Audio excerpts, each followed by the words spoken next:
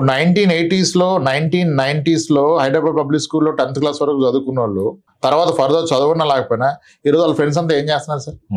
మీరు ఎన్ని మాట్లాడిన 70 నుంచి ఏళ్ళ నుంచి బిజినెస్ పనులు కానీ ఎవరు వాళ్ళు క్లాస్మేట్స్ అయినప్పుడు ఇంకా అపాయింట్మెంట్ అవసరం వాళ్ళకి. సెక్రటేరియట్ నడిచి వెళ్ళిపోతారు.